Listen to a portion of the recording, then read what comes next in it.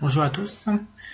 Alors aujourd'hui, je suis parti réaliser une interview de Benoît Rousseau, qui est le fondateur du site Anguille, anguille.com, qui est un gros site qui a vu son audience cumulée à plus de 10 000 personnes par jour pendant un temps. Benoît, en fait, on se connaît depuis plusieurs années. C'est quelqu'un qui a eu jusqu'à 12 activités différentes en même temps. C'est mal terminé pour lui, puisque l'an dernier, il a déclenché un cancer, en fait. Il a réussi à maîtriser la bête, et depuis en fait un an, il a cumulé quand même pas mal de problèmes de santé, donc il a à peu près tout réduit pour revenir à la base, le day trading sur DAX en fait. Et je voulais qu'il témoigne aujourd'hui de la manière dont il intervient, parce que c'est assez rare, c'est même pas un day trader, c'est un scalper. Vous allez voir, il va parler longuement de sa manière d'approcher sur les cours du DAX en fait. Sinon, Benoît, en dehors de son activité de trading, c'est un gars que j'estime parce il est sérieux. C'est un très très beau travailleur. Il est carré et surtout il est honnête et modeste. Il pipote pas en fait. Il dit les choses telles qu'elles sont et il n'y a pas de faux semblants avec lui. Voilà, donc Benoît, on va démarrer. Il paraît que donc tu as fermé ta boîte de SEO aux dernières nouvelles. Ouais, j'ai arrêté ma boîte de SEO. C'était pour me consacrer au trading à temps plein, quoi. Bon, il y a que ça qui m'intéresse dans la vie. Et puis, le trading à temps plein, ça a été plutôt à mi-temps, quoi, parce que j'ai eu pas mal de soucis, quoi.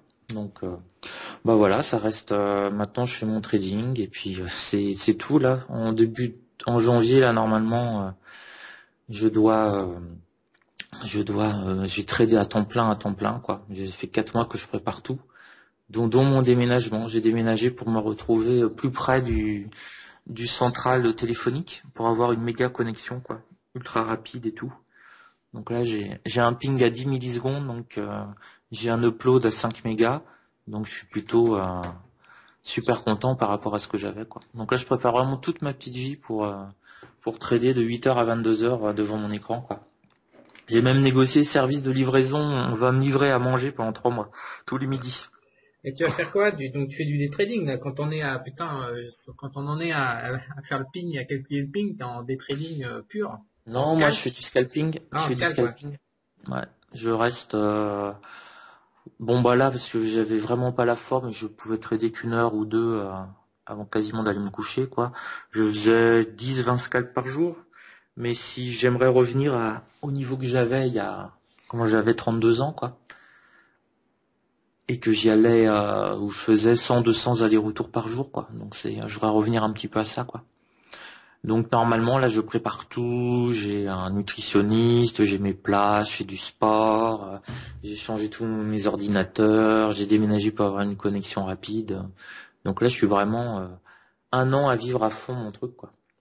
Et puis Et après trading on sur verra. quel indice t'es? Le DAX 30 uniquement. Ah, t'es uniquement sur le DAX, ça m'étonne pas, ouais. Pour le scalping, ouais. Et puis Bah, je fais un tout. il est super le DAX. Il se On déplace. indice. En indice européen, pour du scalping, il n'y a pas mieux, quoi.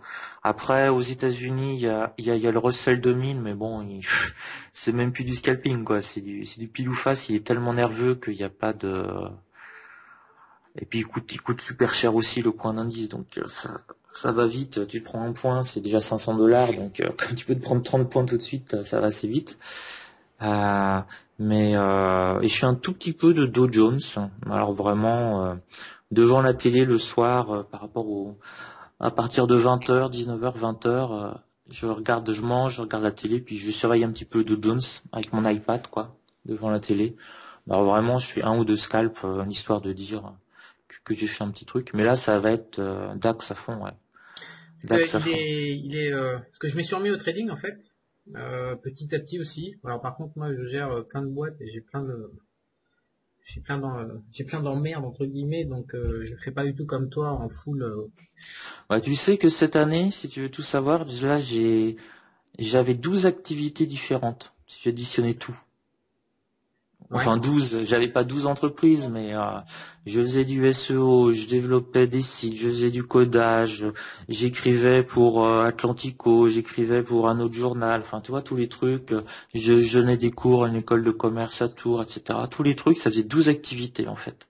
Et En après, fait, tu je me fais, rendais compte que finalement le trading, j'en faisais jamais bien, parce que j'avais toujours un truc, toujours un email à répondre, etc., etc. Et donc là, j'ai passé toute mon année à éliminer tout au fur et à mesure. Donc voilà, et puis là j'ai vraiment envie de me mettre au trading parce que j'avais. Et puis je me suis pris une grosse banane aussi, ouais, j'avais avec enfin pas des copains, mais avec des investisseurs. Ça faisait 18 mois que j'étais à bosser comme un fou pour lancer une start-up. Enfin pas lancer, elle était pour essayer de la vendre quoi. Et on avait réussi à trouver un acheteur. Moi j'avais 5% départ, hein, donc j'avais amené plus mon savoir que et un petit peu d'argent, mais avec 5% de départ. Et au début d'année, là, enfin vers avril, on pouvait faire la cube-bulse multipliée par 5 par rapport aux investissements qu'on avait fait. Et on a putain les deux plus gros actionnaires, enfin qui détenaient 70% de départ, ils ont pas voulu vendre parce qu'ils voulaient plus, bien sûr. Et on n'a jamais retrouvé un acheteur et la boîte, elle a coulé, on l'a coulé. On l'a coulé au début du mois, quoi. Ça servait plus à rien parce que t'avais un gros qui était arrivé et qui avait eu à peu près la même idée, donc qui nous écrasait, quoi, qui écrasait le marché. Donc c'est aussi pour ça que j'arrête toute activité un petit peu d'investissement dans des boîtes et trucs comme ça parce que ça m'a pris énormément de temps. Je les ai suppliés de vendre, c'est con, parce que et ils ont pas voulu et maintenant je me retrouve à zéro sur cet investissement, quoi. Donc c'est pour ça intéressant. là. Ouais, intéressant parce Bah ouais, que, j'avais investi 60 000 euros et donc bon si je vendais mes parts ça faisait 300 000 et mais bon évidemment l'acheteur voulait contrôler totalement la boîte, il voulait racheter 100%, récupérer les idées, le brevet et tout quoi et donc voilà bah les autres bah faut pas s'associer avec des gens qui ont beaucoup d'argent parce que pour eux 1 ou 2 millions de plus ils s'en foutent en fait.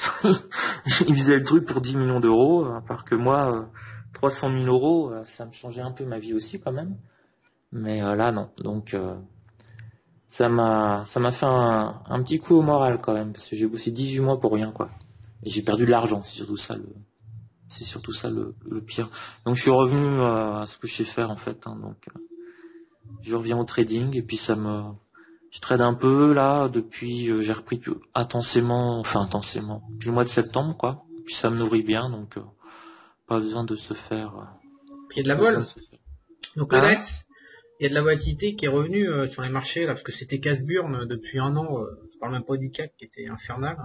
C'était Ah même bah pas. le CAC 40, je suis incapable de le trader maintenant. Ça fait 4 ans, il se passe rien, hein. Je regarde de temps en temps, mais alors tu prends position, t'attends 10 minutes pour que ça décolle de 2 points. Donc non, je fais tout sur le DAX, hein. Parce que le temps que le CAC 40 décolle de 2 points, le DAX il a fait plus 10, moins 8, plus 10, moins 15, plus 12 en attendant quoi. Donc en fait, et si tu connais pas, regarde le DAX, hein, et Si, non, regarde mais je regarde l'or. Moi en ce moment, je comment il suis. rebondit bien sur les Ouais, mais sur les points justement, pivots, les ce que, supports. c'est ce que j'allais te dire, parce que le CAC, il a un avantage, c'est que je le regarde en une minute et je traite dessus d'ailleurs. Les vagues sont assez propres en fait, mais c'est plus de la contre-tendance ou du swing trading en fait. Donc du contre, de Ah la- bah du- oui, là pour le CAC 40, c'est idéal pour faire du swing trading, hein, c'est clair. Hein. Parce que du- t'as vraiment ouais, le en temps. échelle de temps une minute. Hein, donc, alors que le Ouais. DAX, moi, il me fout un peu le DAX, c'est vraiment une suite de tendance. La tendance, putain, il faut surtout. C'est-à-dire que le CAC, on peut se permettre de jouer un Tu petit peux te peu. planter, tu peux te Voilà. planter et te Non, mais c'est rattraper. clair. Ouais. Ouais, ouais, non, mais c'est clair que tu peux te dire, bon, moi, il faut réagir, quoi. Il faut couper et tout ça, mais bon, tu te dis, voilà, il va pas Mais tu peux partir bien monnayer loin, quoi. aussi. Hein? Tu peux monnayer Ouais, aussi le CAC 40. ouais. Tu vas pas partir Tu bien peux loin, quoi. vraiment te Voilà. planter. Bon, ça reprend 200 points contre toi sur le CAC. Bon, tu peux en prendre tu peux monnayer quoi. Mais Tu le réussis DAX, un peu non. à Le te DAX, non, il me refaire. fout les jetons. Le DAX, il me fout les jetons parce que tu monnaies Ouais. quoi? Tu prends un tendance dans la gueule, tu bousilles ton compte avec. Avec le DAX, tu fais sauter le compte. Hein. Si tu te plantes de sens, Ah bah si tu commences à monnayer, oui, parce que quand Mais bon, moi je fais j'essaie d'être positionné, j'essaie de choper un point sur le DAX, hein, tu sais. Donc Je des sais fois pas je suis comment. positionné. Ouais, je sais pas. Non, mais je veux dire, dans la logique générale, tu l'abordes comment le DAX? Tu fais du suivi. Et donc, j'imagine, t'es en 1 minute ou en tic-tic? Moi je suis 1 minute, 5 minutes. 1 minute, 5 minutes. Donc, ok, donc on Voilà, va aller. j'attends les niveaux symboliques. Par Donc, ce que. exemple, si on baisse, j'attends qu'on vienne taper sur les 50 ou les 100. Donc par exemple, si on est à 9006, qu'on baisse, enfin si on est à 9600, des poussières 30, 40, et qu'on baisse quand on se rapproche des 9006, je me positionne légèrement sous 9006, donc du type 9597 sur la première cassure, et je récupère 1 ou 2 points quand on revient sur 9006, quoi. Je fais que ça. Je fais 10 ou 15 scalps par jour pour essayer de choper 1 point, quoi. 2 points, ma moyenne, j'ai regardé là la semaine, le mois dernier, là en novembre, j'étais en train de faire les stats. J'ai fait un peu plus de 250 scalps. Et bon, c'est pas beaucoup, hein, parce que j'étais un peu à mi-temps. Et j'ai gagné à peu près 300 points sur le DAX. Donc, tu vois, j'ai gagné 1,4 points en moyenne sur le DAX, Et tu sur coupes. mes positions. Tu coupes donc aussi rapidement que tu sors, en fait. Bah, en fait, grosso modo, dès qu'il y a un gain, je suis prêt à couper. C'est aussi simple que ça.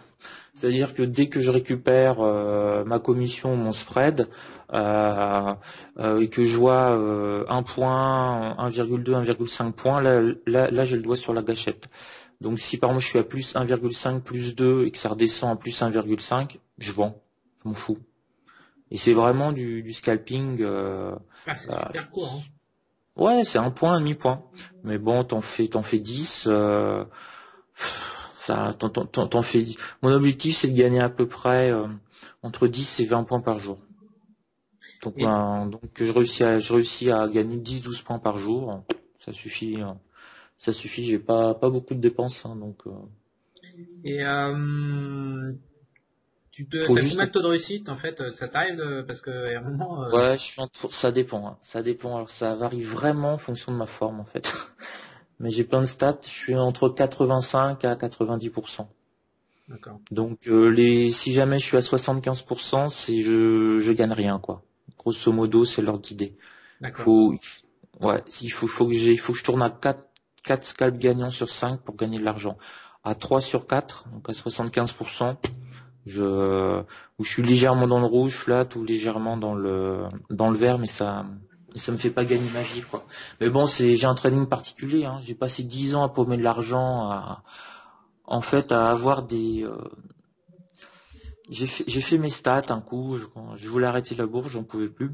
Ça faisait 2000, j'ai quel âge? 98, 2008. Ouais, c'était en 2006. Euh, j'ai fait mes stats, quoi. Alors à l'époque, je tradais comme un malade, hein.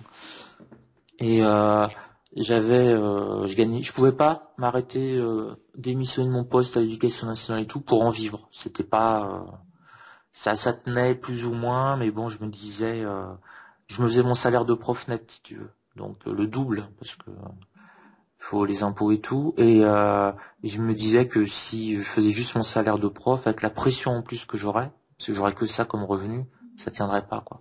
Ouais. Et ce qui m'a fait réagir, c'est que j'ai pris tous mes gros stats, tous mes gros trades perdants. À l'époque, je faisais beaucoup de Nasdaq et tout, et j'avais des trades à moins de 2000 $, une succession, quoi, impressionnante. Et ça m'a anéantissé absolument tous mes gains, quoi, en fait, sur une année. Et j'ai repris chacun de ces trades-là, parce que à l'époque j'étais sur Interactive Broker, donc t'avais la minute et la seconde où tu étais rentré, et je m'étais rendu compte qu'à peu près 90% de mes trades perdants, mes gros trades perdants, hein, ceux qui me flinguaient l'année, à un moment donné, ils ont été gagnants.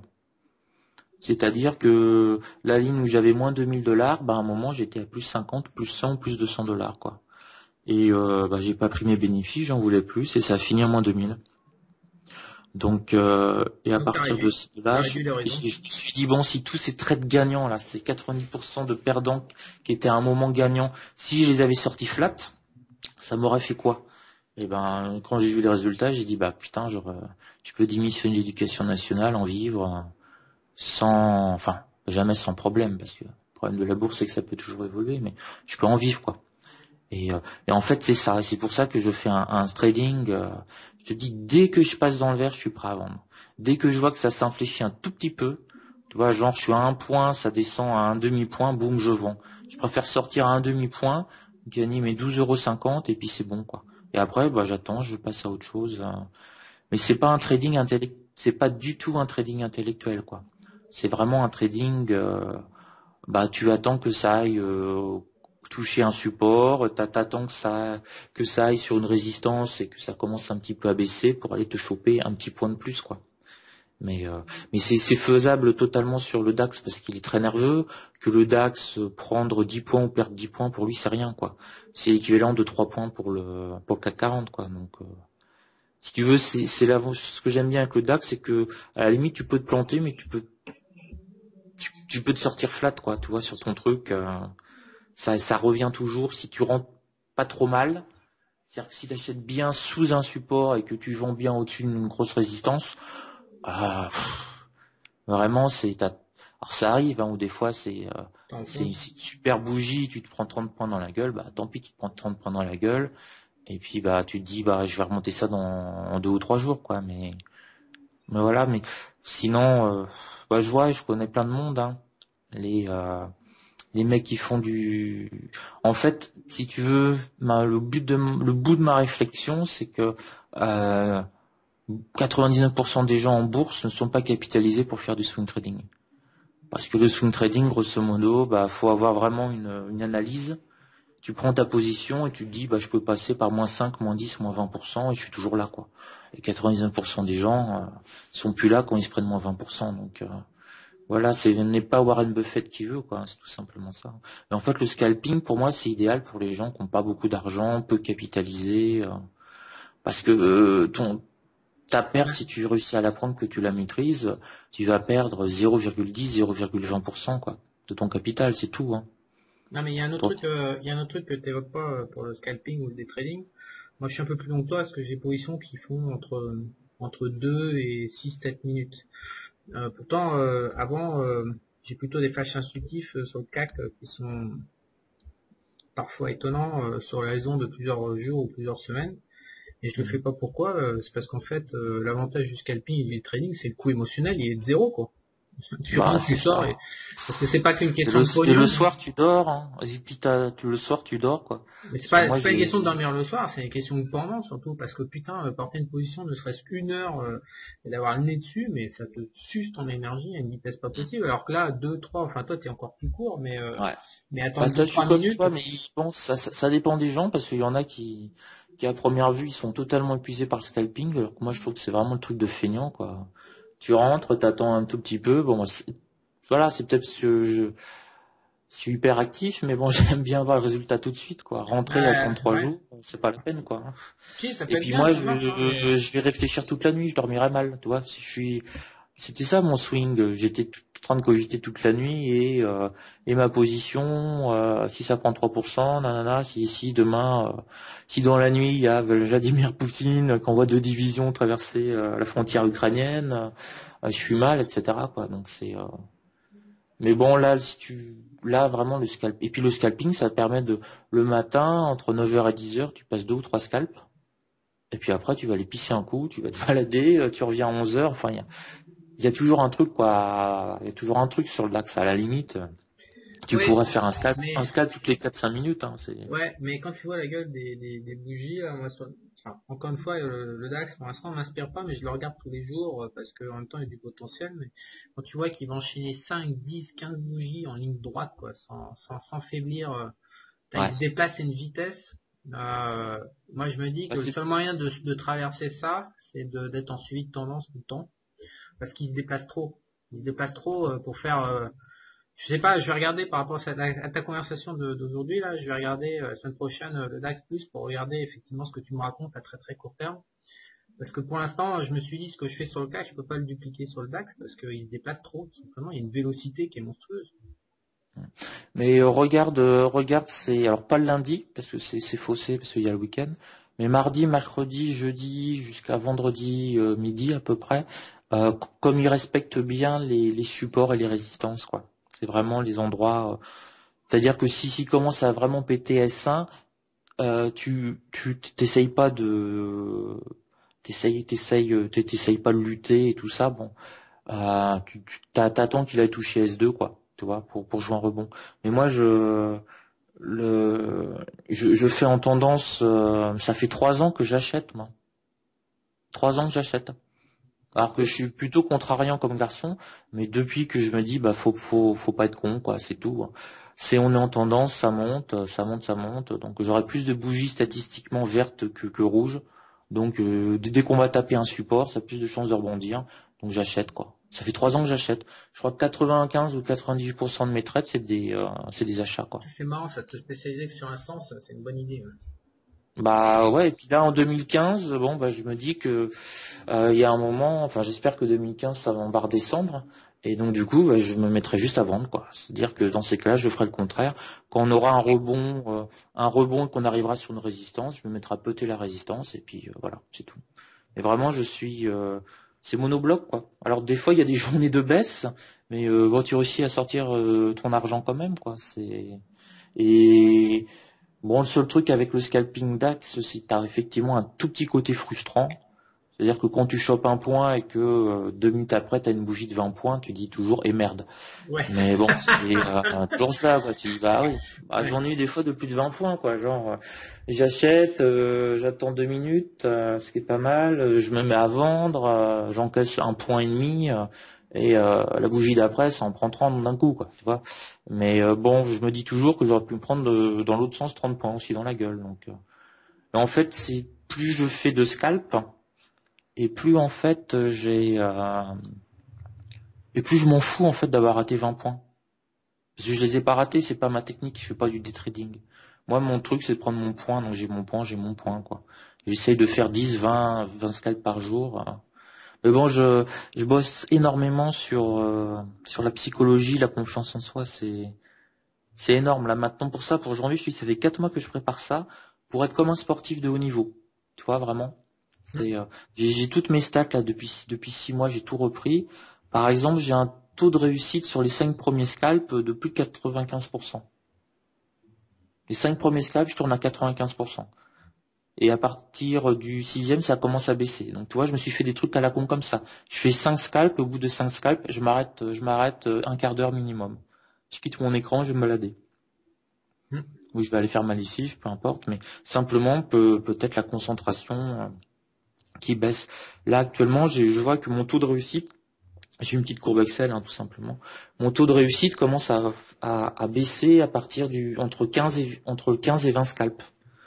Donc c'est lié à deux choses, la fatigue et puis au bout de 15 ou 20e scalp, je commence à arriver vers les 16 heures ou 15 heures en France, donc aux États-Unis que ça commence à ouvrir et c'est un petit peu différent, tu vois. Par exemple, je scalpe plus le matin, le lundi matin, et je scalpe plus le vendredi après-midi. J'arrête ma semaine à 11 heures, entre 11 heures et midi, quoi. 13 heures dans le pire des cas, mais parce que j'ai vu que statistiquement, c'était là où j'avais le plus de pertes. Intéressant. Bah, c'est essayer d'analyser alors si tu peux, sur plusieurs mois ou années, c'est comme un sportif, hein. C'est vraiment, j'ai pris ça comme un sportif de haut niveau. J'étais voir un nutritionniste pour l'alimentation. À 15h, à 15h15, je me mange ma petite banane pour pouvoir tenir, pour pas avoir la fringale vers les 16h, 16h30, alors que c'est là où je suis encore actif sur les marchés. Enfin, tu vois, il y a tout. J'ai mon horaire de programmé pour manger, j'ai mes sucres lents le matin, j'ai mon fromage pour le gras et tout.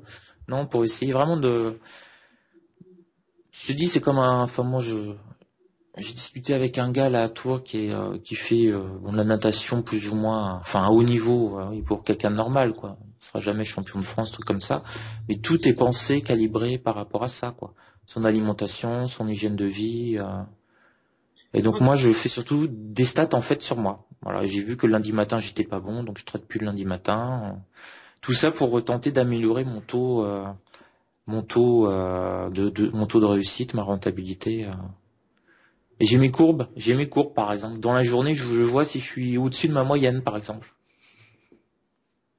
Ou si au contraire, il va falloir que Je suis légèrement en dessous de ma moyenne journalière, ma moyenne hebdomadaire, ma moyenne mensuelle, etc., quoi. C'est D'accord.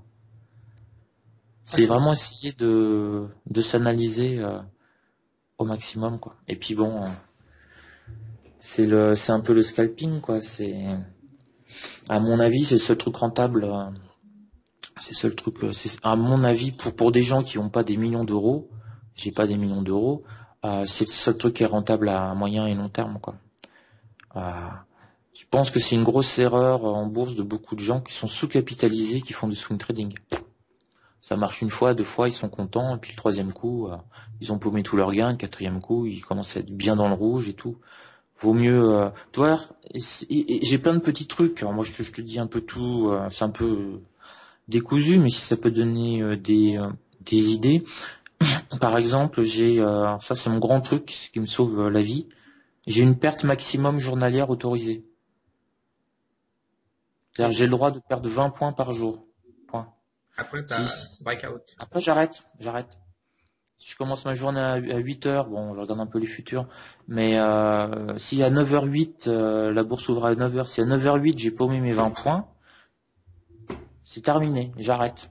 J'éteins mon ordinateur, je me barre. Je me barre. Parce que je sais que du coup, ça me fait une journée de repos, je pense à autre chose, ça me fait du bien. Le lendemain, je récupère mes points. Donc, dans le pire des cas, après le lendemain, donc si lundi je paume 20 points, bah mardi, mercredi, dans le pire des cas, je suis à zéro et jeudi, je vais sortir une journée de gain et puis voilà, j'aurais fait ma semaine quand même dans le vert. Mon but, c'est de finir chaque semaine dans le vert, chaque mois dans le vert, chaque trimestre dans le vert, chaque année dans le vert, quoi. C'est le rêve. Et C'est là, le rêve de beaucoup de gens. Sur Objectif Éco, c'est le rêve de beaucoup de gens. ouais, mais si tu, par exemple, enfin non, je connais personne, je connais pas tout le monde, mais euh, là, sur 52 semaines, j'en ai fait 49 dans le vert sur l'année.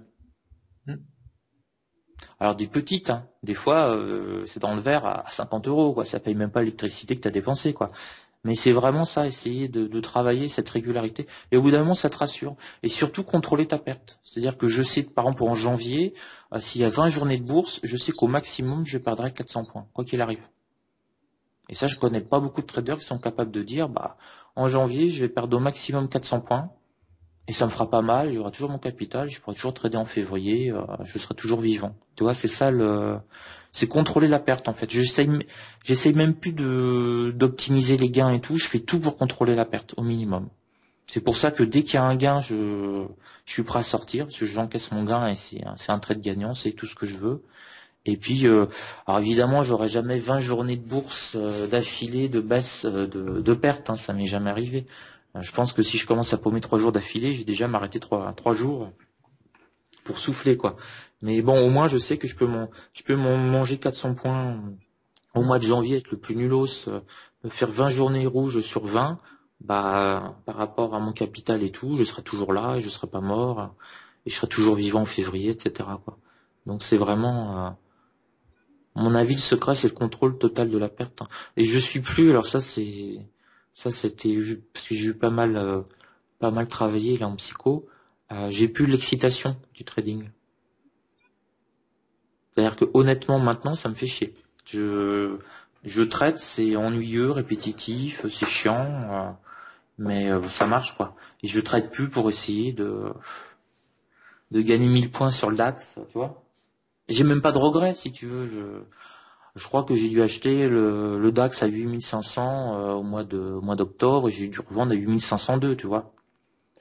Bon, bah, n'importe qui se dirait, putain, il est monté à 10 000, qui sera en train de calculer 1500 points à 25 euros. Bah, putain, non, j'ai gagné 50 euros, c'est bon, peu importe le niveau où il est, ce qui m'intéresse, c'est qu'il aille taper 8005, 8004 ou du 9006, du 9007, les centaines, quoi, ça rebondit 9 fois sur 10, donc je chope mes 2 points 9 fois sur 10, quoi.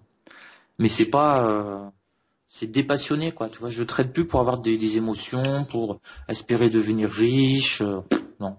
Je trade vraiment pour faire mes points journaliers, payer mon loyer, ma bouffe, c'est, et ça marche bien, hein. Ça, pour moi, je préfère ça, je suis libéré, si tu veux, je suis plus prof, quoi, j'ai plus de personnes au-dessus de moi et compagnie, quoi, Être indépendant et vivre de son trading. ouais, c'est ça, mais alors vivre, Vivre de son trading, j'ai des mois où je gagne beaucoup, puis j'ai des mois où je gagne quasiment rien, quoi. En volume horaire, j'aurais été au McDo, j'aurais gagné plus d'argent, hein. Mais mais c'est cette liberté-là, ouais, c'est pas mal. Bon, c'est pas mal. Bon, pour des raisons de santé, je suis obligé de rester familial, de rester en France, quoi. Mais bon, moi, je me dis que quand ça ira mieux, je pourrai toujours immigrer et trouver un pays où la vie est beaucoup moins chère. Et ce que je gagne actuellement, en France, je vis normalement, et dans un pays à fiscalité réduite, je vivrai. Comme un roi. Ouais, très bien, voilà. Merci Benoît. Bah écoute, je voudrais te remercier pour ton témoignage, qui j'espère inspirera certains lecteurs du Tifeco concernant le day trading sur DAX. Bah écoute, je te dis à bientôt et bonne chance pour ton trading en janvier à temps plein. J'espère que tu vas tout déboîter, que la volatilité sera là et que tu vas améliorer encore plus ton taux de réussite à partir de tes statistiques personnelles. En tout cas, c'est un bon exemple. Merci à toi, à bientôt.